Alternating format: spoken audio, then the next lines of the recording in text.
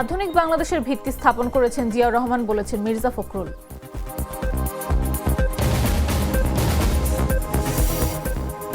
জুলাই আন্দোলন গ্রাফিতে বিরোধিতাকারীরা কখনো ফিরে আসবে না, জানালেন স্বরাষ্ট্র উপদেষ্টা।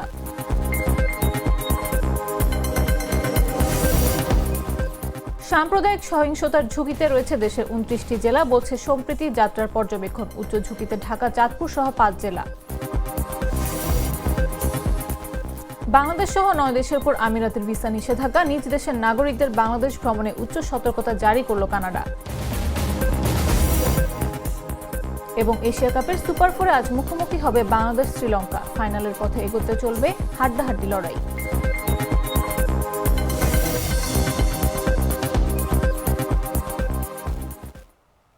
সন্ধ্যা 7টা নিউজে সবাইকে আমন্ত্রণ।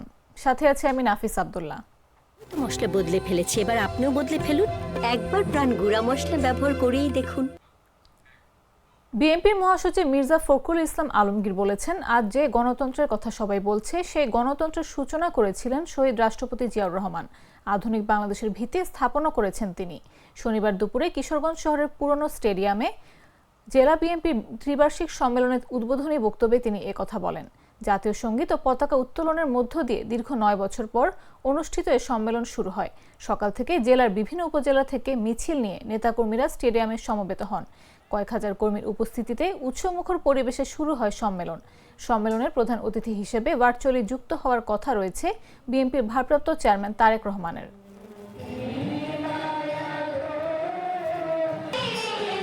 রাজনৈতিক দলগুলো বলে, যাদের কালকে জন্ম হয়েছে তারাও বলে, যারা 1971 সালে ভিন্ন জায়গায় ছিল, ভিন্ন অবস্থানে ছিল, তারাও বলে। তাদের জানা উচিত বিএনপি হচ্ছে সেই দল, যেই দল হচ্ছে ফিনিক্স পাখির মতো বহুবার চেষ্টা করা হয়েছে বিএনপিকে ধ্বংস করবার, বিএনপিকে ভেঙে ফেলবার, কিন্তু বিএনপিকে কেউ ভাঙতে পারেনি। পেরেছে? যারা অত্যাচার করেছে, নির্যাতন করেছে, খুন করেছে, হত্যা করেছে, তারাই শেষ হয়ে গেছে। যারা জুলাই আন্দোলন ও গ্রাফিতির বিরুদ্ধে, তারা আর কখনো ফিরে আসবে না বলে মন্তব্য করেছেন স্বরাষ্ট্র উপদেষ্টা অবসরপ্রাপ্ত লেফটেন্যান্ট জেনারেল মোহাম্মদ জাহাঙ্গীর আলম চৌধুরী। এমনকি জুলাই আন্দোলনে যারা আত্মত্যাগ করেছেন, তাদের এই আত্মত্যাগ বৃথা যাবে না বলেও জানিয়েছেন তিনি। শনিবার দুপুর 2:30টার দিকে গণঅভ্যুত্থানের শহীদদের স্মরণে মুন্সিগঞ্জের মাওয়া প্রান্তে অঙ্কিত গ্রাফিতি জুলাই বীরত্ব ও জুলাই আত্মত্যাগের উদ্বোধনকালে সাংবাদিকদের প্রশ্নের জবাবে এসব কথা বলেন উপদেষ্টা। স্বরাষ্ট্র উপদেষ্টা বলেন, আপনাদের মনে কখনো সন্দেহ রাখবেন না যে এই গ্রাফিতি থাকবে না। সামনে নির্বাচিত সরকার এলেও এই গ্রাফিতি না রাখার কারণ নেই। জুলাই গণঅভ্যুত্থানে শহীদদের স্মরণে মুন্সিগঞ্জের মাওয়া প্রান্তে অঙ্কিত গ্রাফিতির মাধ্যমে জুলাই আন্দোলনে ভূমিকা রাখা বীর যোদ্ধা ও শহীদ হওয়া বীরদের আত্মত্যাগ ফুটিয়ে তোলা হয়েছে।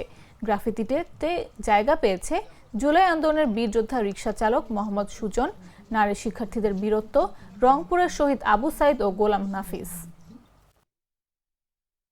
যারা গ্রাফিতির বিরুদ্ধে, তারা আর কোনোদিনও আসবে না, তারা আর কোনোদিনও আসবে না।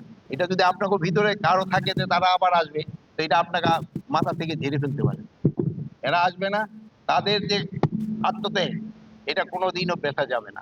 নতুন নির্বাচিত সরকার রাখবে না কেন? না রাখার তো কোনো কারণই না। আপনার ভিতরে এই সন্দেহ যেন না থাকে কোনো সমাজে, এটা রাখবে না। মুরাল চত্বরে জুলাই বিপ্লবের বীরত্ব ও আত্মত্যাগের মূল উপজীব্য করে ঐতিহাসিক ঘটনাকে স্মরণীয় করে রাখার উদ্দেশ্যে মাননীয় উপদেষ্টা সড়ক ও পরিবহন ও সেতু মন্ত্রণালয়ের নির্দেশনায় এবং মাননীয় উপদেষ্টা সাংস্কৃতিক বিষয় মন্ত্রণালয়ের পরামর্শ অনুযায়ী সৌদি আরবে নির্ধারিত সময় অনুযায়ী হজযাত্রী নিবন্ধনের সময় বাকি আছে 1 মাসেরও কম। অথচ এখনো হজ প্যাকেজ ঘোষণা করতে পারেনি সরকার। প্যাকেজ ঘোষণা না হয় সাড়া নেই হজযাত্রী নিবন্ধনে। সরকারি ও বেসরকারি মাধ্যমের হজ যাত্রীদের প্রাথমিক নিবন্ধন গেল 27 জুলাই থেকে শুরু হয়েছে। 1.5 মাসেরও বেশি সময় মাত্র 1000-এর কিছু বেশি হজ যাত্রী প্রাথমিক নিবন্ধন করেছেন। ধর্ম মন্ত্রণালয়ের সংশ্লিষ্ট কর্মকর্তারা জানিয়েছেন, মূলত বিমান ছাড়া নির্ধারিত না হওয়ায় হজ প্যাকেজ ঘোষণা করা যাচ্ছে না। বিমান ভাড়া নির্ধারণের জন্য বেসামরিক বিমান পরিবহন ও পর্যটন মন্ত্রণালয়ের সঙ্গে আলোচনা চলছে। যৌক্তিক ভাড়া নির্ধারণের জন্য দর কষাকষি চলছে। দুপক্ষ ঐকমত্যে পৌঁছাতে না পারলে ভাড়া নির্ধারণের প্রধান উপদেষ্টার হস্তক্ষেপ চাওয়া হবে। চাঁদ দেখা সাপেক্ষে আগামী বছরের মে মাসের শেষ সপ্তাহে সৌদি আরবে পবিত্র হজ অনুষ্ঠিত হবে। আগামী বছর বাংলাদেশ থেকে সরকারি ও বেসরকারি ব্যবস্থাপনা মিলিয়ে 1,27,198 জন হজ পালন করতে পারবেন।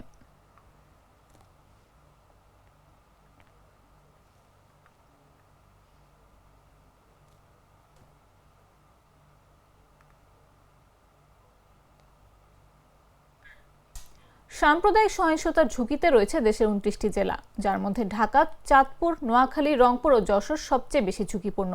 এই তথ্য জানিয়েছে সম্প্রীতি যাত্রা নামের একটি নাগরিক সংগঠন।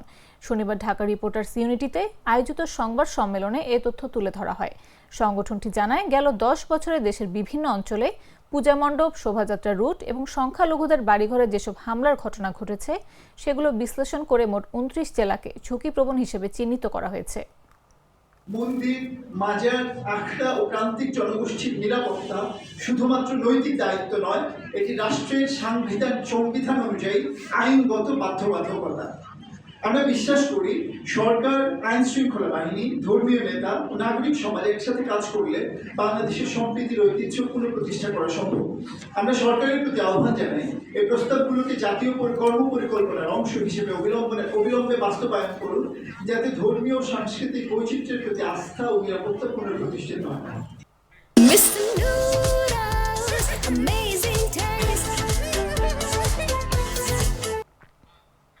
চুয়াডাঙ্গা শহরের একটি আবাসিক হোটেল থেকে মাহবুবুর রহমান মাসুম নামে এক টেক্সটাইল ইঞ্জিনিয়ারের মরদেহ উদ্ধার করেছে পুলিশ। প্রাথমিকভাবে ধারণা করা হচ্ছে অতিরিক্ত নেশার কারণে তার মৃত্যু হয়েছে। শনিবার দুপুর 1টার দিকে চুয়াডাঙ্গা আবাসিক হোটেল থেকে মরদেহটি উদ্ধার করা হয়। নিহত মাহবুবুর রহমান মাসুম চুয়াডাঙ্গা পৌর এলাকার সবুজ পাড়ার বাসিন্দা। তবে দীর্ঘদিন ধরে পরিবারের সঙ্গে ঢাকায় বসবাস করছিলেন তিনি। পুলিশ ও হোটেল কর্তৃপক্ষ জানিয়েছে, বৃহস্পতিবার তিনি 3 বন্ধুর সঙ্গে চুয়াডাঙ্গায় বেড়াতে এসে ওই আবাসিক হোটেলে ওঠেন। হোটেলের ম্যানেজার সাগর জানান, 3 জনই নেশাগ্রস্ত অবস্থায় ছিলেন। পরে 2 বন্ধু হোটেল ত্যাগ করলে মাসুম ওই কক্ষে থেকে যান। চুয়াডাঙ্গা সদর থানার ভারপ্রাপ্ত কর্মকর্তা খালিদুর রহমান বলেন, প্রাথমিক তদন্তে মরদেহে কোনো আঘাতের চিহ্ন পাওয়া যায়নি। আইনগত বিষয়টি প্রক্রিয়াধীন। ময়নাতদন্তের পর মৃত্যুর প্রকৃত কারণ নিশ্চিত করা হবে।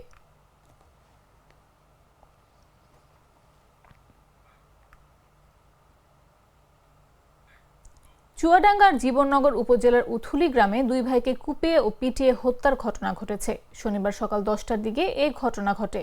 নিহতরা হলেন উথুলি গ্রামের মাঝের পাড়ার মৃত খোদাবক্স মণ্ডলের 2 ছেলে আনোয়ার ও হামজা। সদর হাসপাতালে কর্তব্যরত চিকিৎসক ডাক্তার ওয়াজিব মাহমুদ রবিন এই তথ্য নিশ্চিত করে বলেন, 2 জনকে কুপিয়ে ও পিটিয়ে হত্যা করা হয়েছে। একজন চিকিৎসাধীন অবস্থায় এবং একজন হাসপাতালে আসার আগেই মারা গেছেন। জীবননগর থানা পুলিশের ভারপ্রাপ্ত কর্মকর্তা মামুন হোসেন বিশ্বাস বলেন, প্রতিবেশীদের সঙ্গে গরু কেনাবেচা নিয়ে পূর্বে থেকে বিরোধ চলে আসছিল। এরই জেরে সকালে একটি মাঠের মধ্যে কুপিয়ে ও পিটিয়ে হত্যা করা হয়। মরদেহ হাসপাতালে আছে। ঘটনাস্থলে পুলিশের টিম পাঠানো হয়েছে। অভিযুক্তদের ধরতে পুলিশ অভিযান চালাচ্ছে।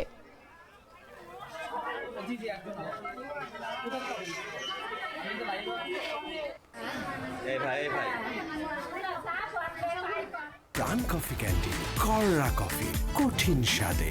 হাইকে বলো বাই। জানাবো আন্তর্জাতিক সংবাদ।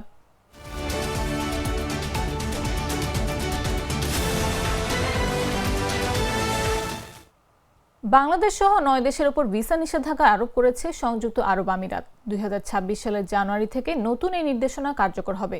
শ্রমিক, পর্যটক এবং ব্যবসায়িক উদ্দেশ্যে প্রবেশ করতে ইচ্ছুক এই 9 দেশের নাগরিকরা এই নিষেধাজ্ঞার আওতায় থাকবেন। সংযুক্ত আরব আমিরাতে ভ্রমণ, কাজ বা ব্যবসায়িক উদ্দেশ্যে প্রবেশ করতে ইচ্ছুক বিদেশি নাগরিকদের জন্য ভিসা একটি অপরিহার্য নথি। যদিও বেশিরভাগ নাগরিক সংযুক্ত আরব আমিরাতের পর্যটন ভিসা বা সংযুক্ত আরব আমিরাতের কাজের ভিসার জন্যই আবেদন করেন। তবে এবার বেশ কিছু দেশের ওপর বিধিনিষেধ আরোপ করল আমিরাত। এই বিধিনিষেধের অর্থ হলো, পরবর্তী নির্দেশ না দেওয়া পর্যন্ত এই দেশগুলোর নাগরিকরা শ্রমিক, পর্যটক এবং ব্যবসায়িক উদ্দেশ্যে সংযুক্ত আরব আমিরাতের ভিসার জন্য আবেদন করতে পারবেন না। তবে এই বিষয়ে আরব আমিরাত সরকার আনুষ্ঠানিকভাবে বিস্তারিত কারণ জানায়নি।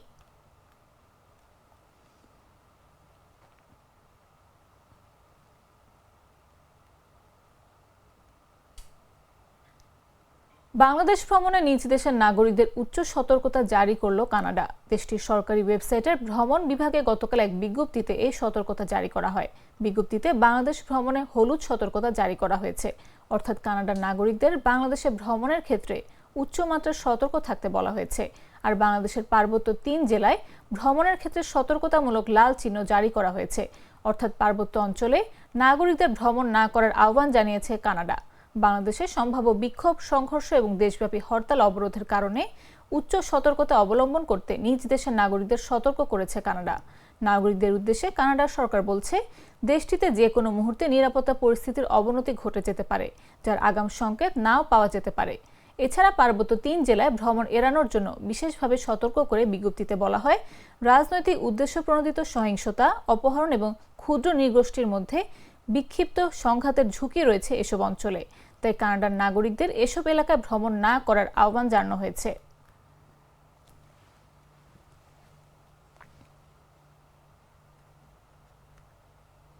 সংবাদ শেষ করব খেলার খবর জানিয়ে।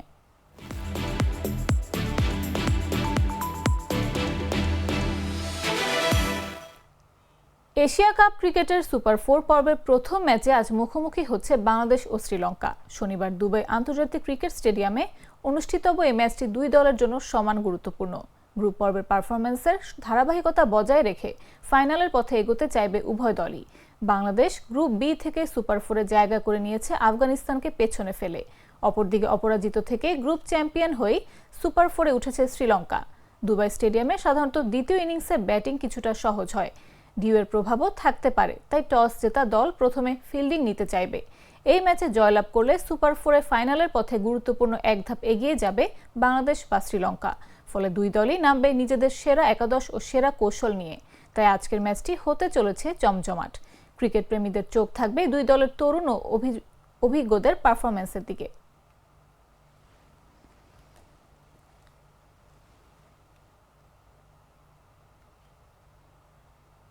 সংবাদ শেষ করার আগে শিরোনামগুলো জানিয়ে দিচ্ছি আরো একবার।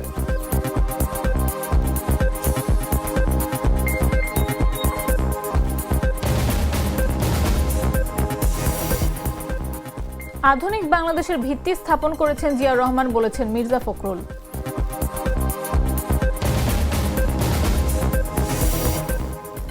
জুলাই আন্দোলন গ্রাফিতির বিরোধিতাকারীরা কখনো ফিরে আসবে না, জানালেন স্বরাষ্ট্র উপদেষ্টা।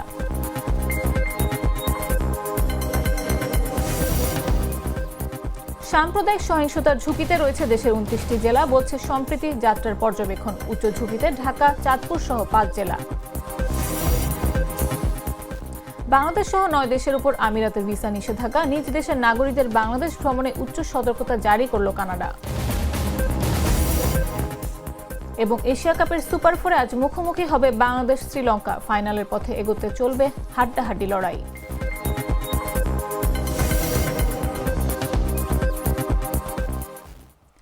দর্শক, এই ছিল এখনকার মতো। প্রতি মুহূর্তে সর্বশেষ খবর পেতে ভিজিট করুন jagonews24.com, ফলো করুন আমাদের ভেরিফাইড ফেসবুক পেজ এবং সাবস্ক্রাইব করুন জাগো নিউজের ইউটিউব চ্যানেল। এতক্ষণ সাথে থাকার জন্য ধন্যবাদ সবাইকে।